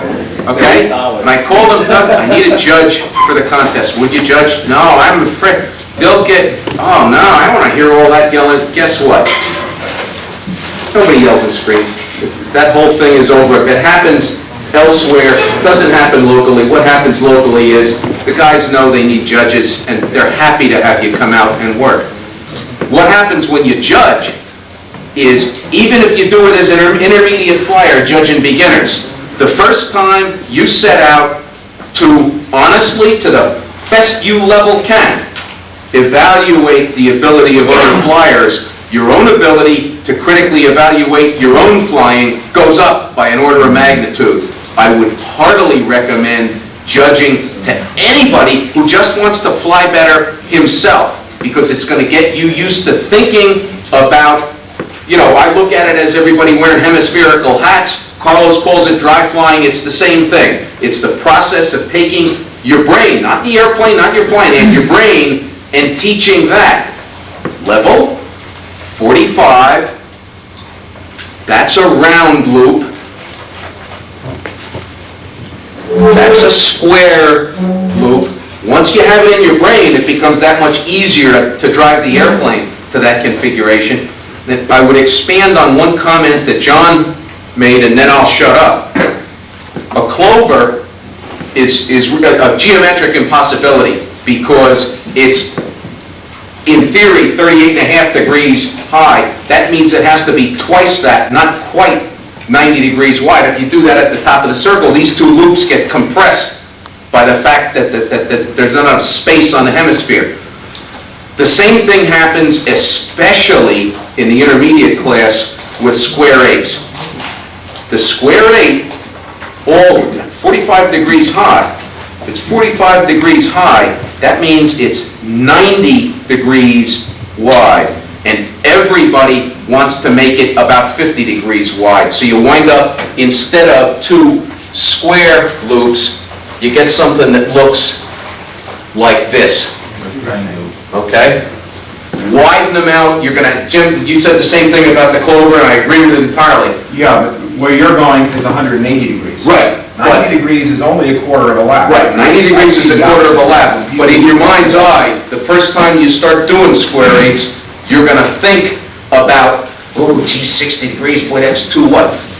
Open it out, make it wide. Two things happen. Number one, it presents better to the judge. Number two, Ted Heinrich's comment, you give your airplane time to recover, especially if you're suffering with an airplane with quick controls where you're yanking it through square corners. The more time you can give it to recover and fly flat sides, the better. The last on squares for intermediates, at the beginning of intermediate, if you will, the guys who are starting out in intermediate, they have a tendency to get all nerved up about square maneuvers. Oh, I'm going to do a square. Beads of sweat, etc. So they do yank, a first leg okay, yank again, now it's falling out of the air. Then they yank it here, it's headed for the ground, and they slam it the third time, and it flutters down. The way to cure that is to remember that, and Andy Lee is one, Bob Hunt's another, I don't know how many other, Gene Schaefer was one. There are an awful lot of world-class stunt flyers, better than I'll ever hope to be, who are also musicians. The reason for that is the musician is used to keeping to the beat. Turn, 1, 2, turn, 1, 2, turn, 1, 2. Think about that when you're doing a square. A square loop has 8 parts. Everybody thinks of it in terms of 4 corners. Yank, oh my gosh, what I'm gonna do? Yank it again, oh my gosh, yank, yank, yank, yank. Turn, 1, 2, turn, 1, 2, turn, 1, 2, turn, 1, bingo. It's got 4 corners and 4 flat sides. There's no sense turning the airplane until you stood still and waited for it to fly to the next corner. Then you're ready to turn it again. And that's a real headache for the beginner intermediate guys. They want to get to turn, turn, turn before they get the airplane to the next corner. You've got to wait for it to fly there. One thing that beginners do to make a square loop even harder, especially in wind, they'll make that first turn real nice, a good thing going vertically up, which is fine. They'll make that second corner around 45, which is fine. But then they won't fly flat across the top. They'll hold level elevator, but the wind's trying to push the plane horizontal down the lines. So you're going to lose maybe 3 feet of altitude here. By the time they make this corner, they don't have time to recover and make that last corner. Right. So now they're scaring themselves, almost hit the pavement for that last corner. You got to feed down elevator across that to keep it flat. And a lot of beginners don't realize that. They don't even realize they're doing this so fast. They don't even realize they're losing that 3 feet altitude across there. And when you're learning the square loop, well, I've done it, teach a few people, get that first corner down, do some wing overs. Get that next corner down and fly level. Do a full lap and keep that altitude. Come across after a full lap and then do that next corner down. That way you know you kept that altitude and get the idea. Holding that down elevator if you have to win. Keep that level. That's an excellent trick. Another thing that has helped me, I got into a thing about 3 years ago where I was warping vertical 8s. I was not putting the loops over each other. The solution was to take a Saturday, go to the field, and fly 6 flights of vertical 8s. Nothing else. That works. If you have a particular maneuver that you've got wrong in your memory, you can't seem to get it right, take a fresh gallon of fuel and a stooge, go to a field, and just burn 50 of them in till you get it the way you want it. That works. Just to make another point, this applies to Rich too. A lot of times I'll be at the field flying with a stooge. Rich will come by, he's going to fly out later or whatever, and he'll sit and watch a flight and give me a couple of things to think about. This is too big, too small, whatever. And here's a point. Whenever I judge any contest, anytime ever, I try to hit, especially Palco and people that I know are prone to, they have a long career ahead of them to improve. Never be afraid to ask somebody or tell them what you think is wrong. Like when, on Mike, I'm just thinking of Middlesex. You know, you fly, and if you're flying either way too fast, way too slow, or whatever, and you, sometimes when you're competing, you don't realize it, and yet I try to always hit on everybody, at least get them the high point. Like with Rudy, he had the controls. With Mike, he was going too fast one day. There's a lot of times you don't realize there's a big giant mistake that's holding you back before you go to the next contest even. And it's pointless to go to a contest, fly and compete, and go home and not have learned something. So another big common mistake is the entrance of outside loops. You see it all the time, even in advanced, even experts, where you come up and they're climbing like this, and then they go into the outside loops and they go, whoa, I'm not going to make it unless I climb. You got to be at the 45 and drop into it. Yes. A lot of people come in like this. No, anything. Well, square, of course. Especially the square. I'm sorry. Yeah. Like you drop it in the 45. The clover leaf. Clover leaf isn't loops really, because it's two intersecting straight lines with curved out. Now, as an intermediate flyer, if I fly a clover leaf and I've assembled 4 loops, I mean, am I really going to knock down because they weren't flats in the middle? You know what I mean? Yes. You're going to have what is flats in the middle? Well, it's straight lines. Straight lines. The turn is the clover, and then it's a piece of a loop, and then another flat, and then it's a turn, and then another piece of a loop. 4 teardrops. And I'm not there yet. You fill in the second one, you fill in the third one, and you fill in the 4th one. What you need to do, this is where I get the hemisphere. Like a wing over. No, you should no. It says, the rule book says horizontal and the vertical with the first loop. These two then connect. Don't look at that maneuver as loops, because you get to cross that intersection point the same 4 times. Except the first one where Time here. This is instructional. You know, we don't expect an intermediate to know how to fly a good clover leaf. Hampshire knew how to fly good clover leaf. Thing is here, let's help the average guy get work on that. That's climbing to 15 foot and Hey, anybody want anything from the kitchen? It's contest day, you're all pumped up, you want to go fly. You walk out to your lines, you're ready to take off, but the engine doesn't sound right. Waive the flight. Don't take that flight, because you'll probably end up ruining your airplane. And I think that's something really, really important to keep in mind. Been there, done that. That's a very common mistake in the clover. Find that once you've gotten to the point where you can do that, number one, the airplane will do it. That's a sweet spot in the pattern. Just click. Okay. At all levels, including advanced, people come down flying level. They're going to hit the loops, okay? And they climb up, and they start the loop right here. By starting the loop right here, okay, which is above, let's suppose this is 4-foot level.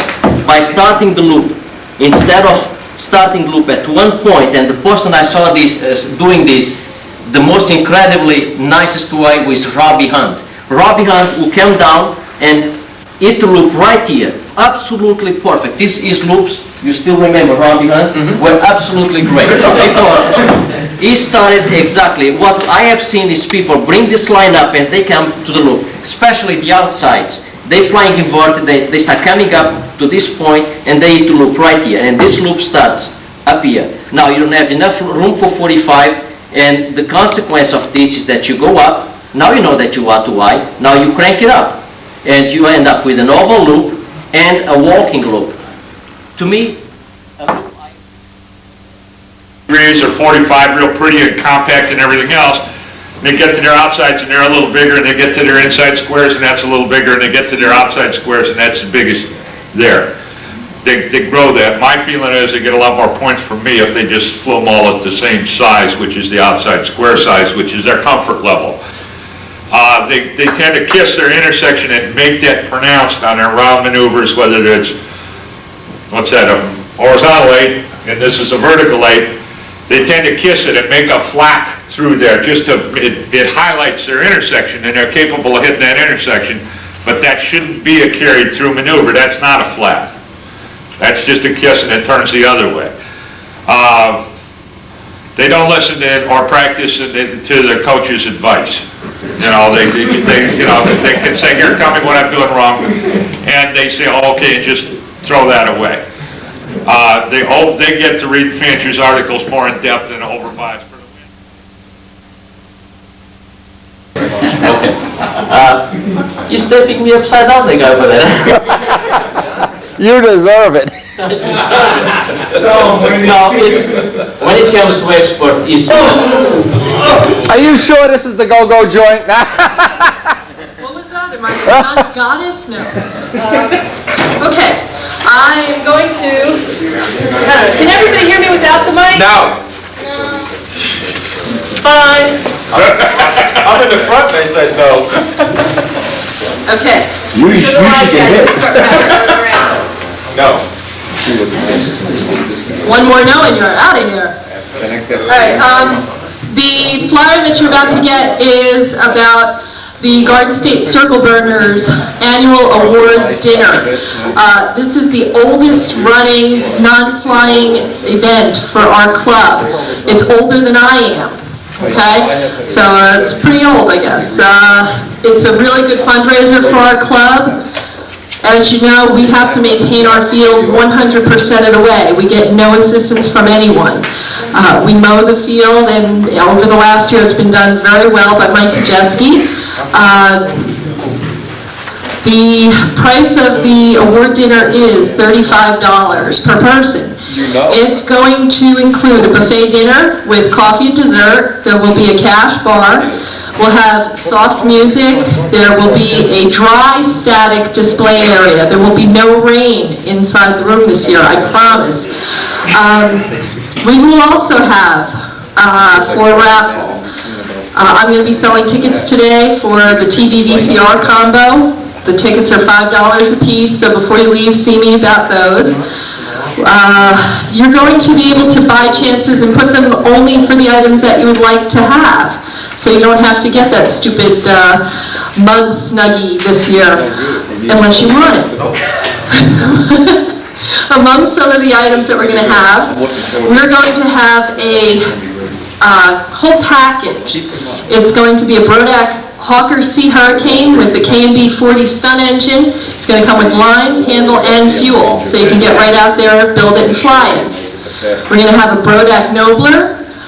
Wendy's going to provide us with some goodies. We'll have a Fox 35, flight box, all built and painted, and that's from Bill, outside, Bill's Hobbies. Baskets of cheer. Also, anyone who's not able to attend, please send us some bottles so we can put together these baskets of cheer.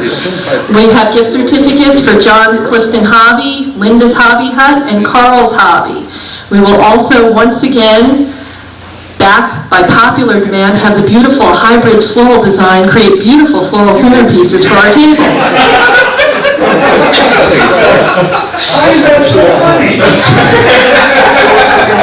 Because it's a bunch of airplane guys, you know? Yeah. Bring your wives, they'll love them. Girlfriends, neighbors, relatives, anybody. We will also have, included in the price of your ticket, you'll receive an opportunity to win $125 in the 50-50 raffle. We'll also have one super bingo jackpot game. It will be one game only. Ken, the Psychic Thompson, is going to have readings during dinner. Soft music, the dance floor will be open for anyone wishing to dance. That's about it. Anybody have any questions? And anybody who would like to sign up, see me before you leave, because I still have a few openings left. Okay, thanks, Mary. Mary is a CD in our club, by the way, and she and her husband Al have been very enthusiastic and helpful with some of the events we're having locally. We're flying half-A combat. Mary's an instructor pilot. We have 3 of them. I'm going to just briefly touch on the stunt events and what you can expect. Coming up, as I mentioned, next week is the Snowbird meet at Middlesex. We've got a beginner and intermediate stunt clinic where we're not going to give away trophies except for Deagle kind of stuff. We hope to get one-on-one participation for beginners and intermediates and get the other students to stand outside the circle and where the judges would stand, and so they learn what the judges are looking for inside the circle. A lot of hands-on stuff. Transition from there, Middlesex this year on the 17th of May is having a contest basically for beginner and intermediate flyers. They're also going to fly OTS and Classic there. On the 3rd of May, we're going to have our all-profile meet, which is profile scale, profile stunt, and profile carrier. We fly profile stunt by classes. We have a Learn to Fly Day, Circle Burners do. So if you got kids or neighbors that are interested, we will have our squadron of trainers up there. That's the 24th. We're having a clown racing date on the 31st of May. The clown racing rules have changed, but they won't affect most people. Contact us because we think we're going to just basically go with a front intake side exhaust on our clown. These exotic motors are getting, we want to keep this a fun event for everybody. You don't have to have A clown. You can use mine. I got plenty. I got a fleet. But he can't get his started. Mine start, they just are real slow. Sometimes after a while. Anyway, then the flushing control liners also have a conflicting event that day, but I'm led, after talking to Nancy and stuff, they're telling me today it's going to be a fun fly. So I don't know. We'll have to watch the AMA magazine and Stunt News. Dick Woolsey has information on the Nest stunt meets. Terrific flying site up there. It's at Westover Air Force Base. It's a beautiful flying site. It's a 2-hour drive from right here. Weekend, John Brodak is going to have everybody over to his backyard. And he has 4 stunt circles in his backyard. 6. Oh, he made more? He's got 2 more. So, this is kind of a fun event, and I hope that we can support him. On the 28th of June, we have our annual June stunt meet where we fly intermediate by class. Paying attention? Phase 2, we fly all the Pampa classes. Doug, you paying attention? July 13th is intermediate and beginner at the Nationals, Old Time and Classic, and then it goes into the ridiculous 18 rounds of elimination for expert flyers. Later. A map, really? To the Julia's house. How convenient. August 2nd is Middlesex Modelers traditional stunt meet. Coxsackie is the 8th and 9th. It's going to be pretty much the same events they've flown last time. Yeah, let's take the flyers up back there. We've got flyers for them over here. Make sure you take these because they've got directions. The Coxsackie meet is the most enjoyable meet, especially for a 2-day event. It's great fun. Scott Smith will probably feed us again, right? We've got a balloon bust on the 23rd of August and a novelty flight. There's also a stunt meet in Hampton, New Hampshire, and one in Cleveland that weekend. The 13th of September is our scale meet. We're up in the air where that's going to be. The 13th is Ermac Stunt, although they don't have a circle or a club or whatever, but they have a date.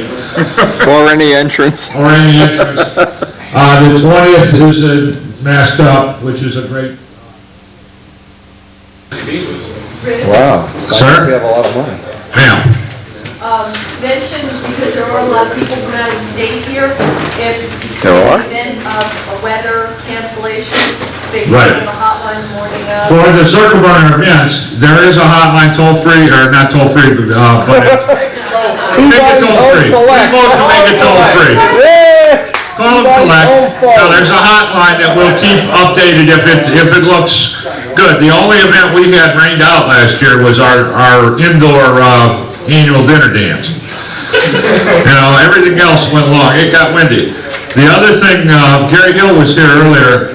Probably the nicest site on the East Coast is this place up in Hartford at the Pratt & Whitney field. It's an airport. You fly on the runway. It's 150-foot wide runway. The wind, it scared me, you know. And, I mean, it just comes right down. I've never flown in regular wind. But they're going to fly Old Time Classic and regular Pampa Stunt on Sunday. It's the September 6th. And again, he's a nice bunch of guys, and it's well, they're trying to get control line to go in Connecticut. Last year was the first time in 25 years there's been a stunt contest in Connecticut. Okay, now I want to thank everybody for coming. I appreciate it.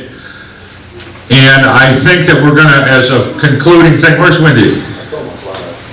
Oh, Wendy's had enough. One of the things we want to talk about is stunt news, because Tom Morris will get this tape. And we'd like, again, Tom Morris is good with constructive criticism. Is there an improvement that you could see in stunt news? Are articles too long or too short, or is there not enough covered or too much covered, or? I didn't get mine yet. Oh, okay. What you do? Then you can't comment. Then you can't comment. Anybody else? Stunt news. I'm the advertising guy, and one of the things I wonder from you guys is, should I go after, like, Michael Fasteners down in Flemington, and go after these guys, other groups to try to, should I try and take it on myself to say, look, you ought to be advertising in this magazine? Yes. Absolutely. Don't you feel that part of the reason that the magazine is something you look forward to is it's got a listing of where control line guys are, where to buy product, Right. and like that. So I'm going to go after that. I just wanted to touch base and see if that was a good idea. I don't want to fill it up with ads, but I think that the more the merrier. Okay, anything else? Banjock's got bizarre stuff. Thanks for coming. Danny's going to go show us an outside vertical 8, is that right?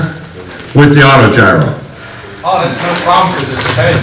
Oh, that's not a problem. The other thing is that I should mention on our clinic in April, on April 19th, Danny's going to bring his double-sized flight street. And we're going to sit there and you know, this we ought to be able to see.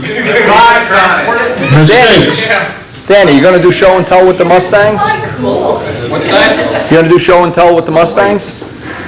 I don't know. So you want to show us your Mustang? Go get this. Get the We got a Mustang, couple get more the minutes. We're Mustang. here. All right, can't have Noel steal a show every year. Yeah, we're paying for this. $15, I want to see the Mustang. Did everybody get one of these? The Connecticut deal? Show the Mustang, show the... All right, I'm going to make sure you get, Kenny's going to hand these out along with the Nest stuff. One thing you could tell Tom Morris is Yes, that's the thing. Tom Morris, I think, No, he's on vacation. a lot of people praise John Brodak, but Tom Morris, I think, has done more for stunt than anybody around. Brought the professionalism of the magazine to a real level. All right, here's the Banjock twins, young We'll have a Danny. week of flying, just go and sit. And it's up on the edge of the hill. Yeah. Is No, going to that's a explain big why one. the lightning, why that needs a lightning code. Because it's there. Yeah, I'm hip. You don't have to convince me. Here, talk to them. Talking to them. Tell us how to do it, Mike. Come on, Mike. All right, well, Don't be bashful, Mike. The whole world's watching, Mike. you get a piece of brass tubing and you sharpen the inside of it, and before we put the tips on it, you run the brass tubing straight down through. Depending on how the taper is, you get thinner brass tubing, and that's just so it doesn't come out tail heavy. Take out all the weight you can. How much weight do you think you took out there, Mike? Oh, a nanogram at least. But it looks cool. Yeah. It is cool. It looks cool. He's even got me convinced to do this stuff. The real aircraft had this, so it's to scale. Absolutely. If you have a crashes and there's an inside, judging of insides, you can see it. Mike, you did jealous. That's a beautiful plane. Don't let him. And it needs a canopy, though. Yep. Why? It's a bullet. Needs a pro canopy. Yeah, that's right. How about the belly scoop? Is that? Let me see it. You could make a mold out of that belly scoop. That's great. Yeah, save the rest of us from carpentry. Yeah. Think about that. You know all that carving you did on there? You didn't have to do it. Banjack could have made a mold. He just wanted you to see how to do it. The carbon's much more fun. Oh, you could make a molded rudder. That'd be nice. But I thought I'd bring along the way we lightened up the vertical stab a little bit. Louder, into us. Little way we lightened up the vertical stab and still kept the area is two pieces of 1/4-inch balsa glued together, or tack glued together, shaped, then broken apart and hollowed out. So the whole vertical is now hollow, except for one little brace across the center to kind of take the abuse. We are going to make this area build up and covered, but it looked like an area that's going to be handled for launches and stuff, so we didn't want any fingers through there or anything, but I don't know what she weighed, but this is pretty light. And the forward fin was hollowed out the same way. So we really tried to keep the weight down on this. I got those silly little holes, and at least 2-3 ounces probably were saved. Why? How long did it take to carve this? Legit now, no lying. Probably about 2 weeks. Okay. Could have made this in 15 seconds with a mold. Not that I'm rubbing it in there. No. And it would have been a lot lighter, too. This is pretty light, I think. No, it is. That's real nice. There's a neat little trick on our section that comes off here, and we need this because we'll have a tuned pipe on this aircraft, and it'll come up through the rear of the fuselage, so we have to have a second cowling to get in and out. Is before we glue the block on, you make up 1/64 plywood tongues that fit into sockets inside the fuselage, and glue a 3/8 or a 1/2-inch strip of wood to those plywood sockets. And everything, have those glued right to the fuselage with them fitting in their little sockets, then glue the block on top of that. And that way, you don't even have to tack glue this part on when you sand it into the lines. Everything's held in place, and when you take it off, your plywood tabs are aligned, everything's perfect. It fits right off the get-go. And that's worked out, that worked out real well. That's Richie Tower's little deal? Actually, it was Bob Hunt that showed us that, so it may be. Yeah, Richie did his bottom like that. It was nice. And- Nice way to do it. Oh, yeah. Little stuff we added was 64th ply on all the edges, 64th ply on the front of the air scoop, anywhere we had any kind of end grain coming out that's going to be handled. A little bit of 64th ply around there. Started as a complete plate over a solid surface, then hollowed out, rounded and shaped. Let's see. The cowling was done the same way.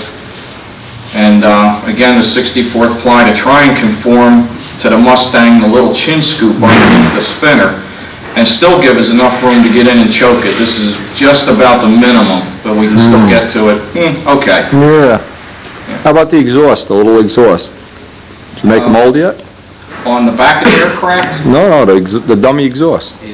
Okay, no, I haven't had any. Make a balsa plug and I'll make you a mold. Okay. Done, and then you can make 20 of them. Yeah, it's ought to be pretty close to us. Nah. Make it, a Mustang has a cover on top of it. It's a little different.